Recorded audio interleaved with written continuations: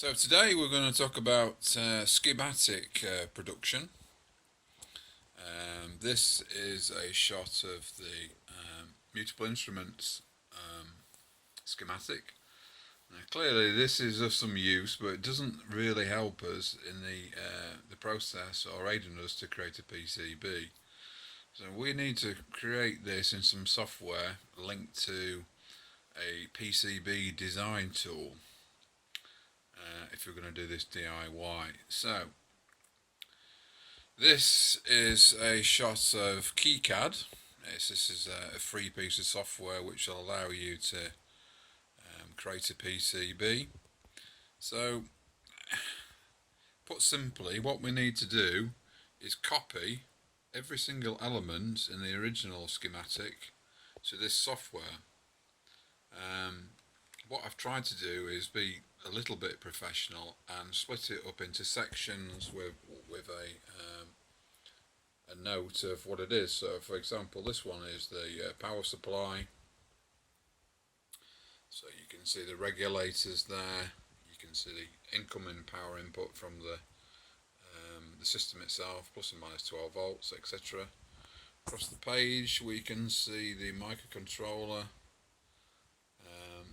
you can see the crystal oscillator, and at this point I'm starting to put some meat on the bones, and I'm actually going to put some text on there which describes various bits of information as I go through the build and understand what is going on at a lower level of detail. So for example, I think in the previous video I said there was a header connected to these pins there, 24 and 25, RTX, and can't read that, sorry, and this one here, LTX and LRX, sorry.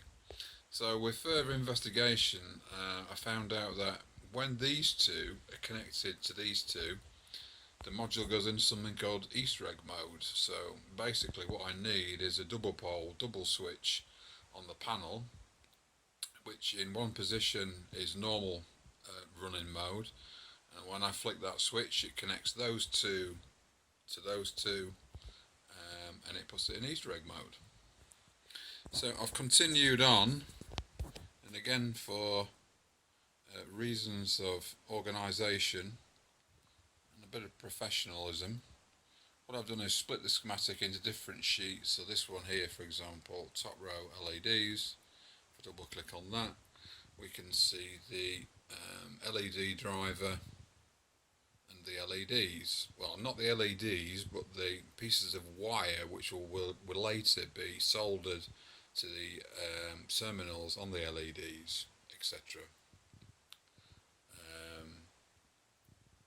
So yeah, but basically this is just copying everything from the original schematic into here in a nice organised manner, such that, you know, if you have to do it now and you come back to this a month, in a month's time, adding bits of text, etc. will aid understanding and make it easier to pick the project up later on. Clearly it's imperative that this is double checked, treble checked and checked again to make sure that every single connection is as per the original schematic. And you can see there I've checked it on the 5th of January this year, and I've done that with all the sheets, all these over here, because any mistakes that are made here will lead into the PCB design. You'll get it manufactured and then maybe it won't work, maybe you can't change or correct the error, and basically you've got to start again and create a new PCB, which is obviously a waste of money and time. After all the components are added to the schematic, the next stage is to assign a footprint. The footprint is the actual physical size of the part we're going to buy, and it is fed into the PCB design. So in essence the part will actually fit in the board that we manufacture. So if we go to the top up here, it's that one, footprint assignment tool. In here you can see every single part which is in the schematic. So at the top here we've got C, which is for capacitors, obviously quite a few of those, D for diode,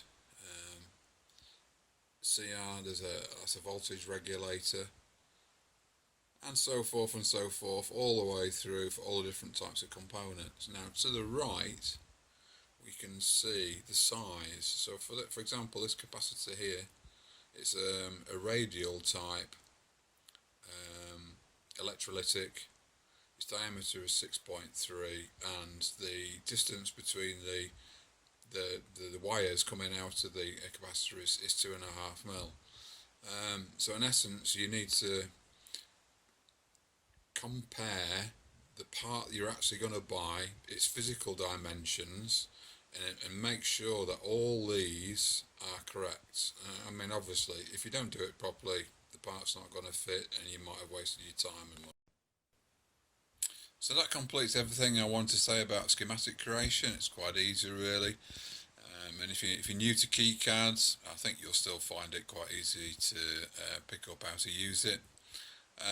So that completes this episode.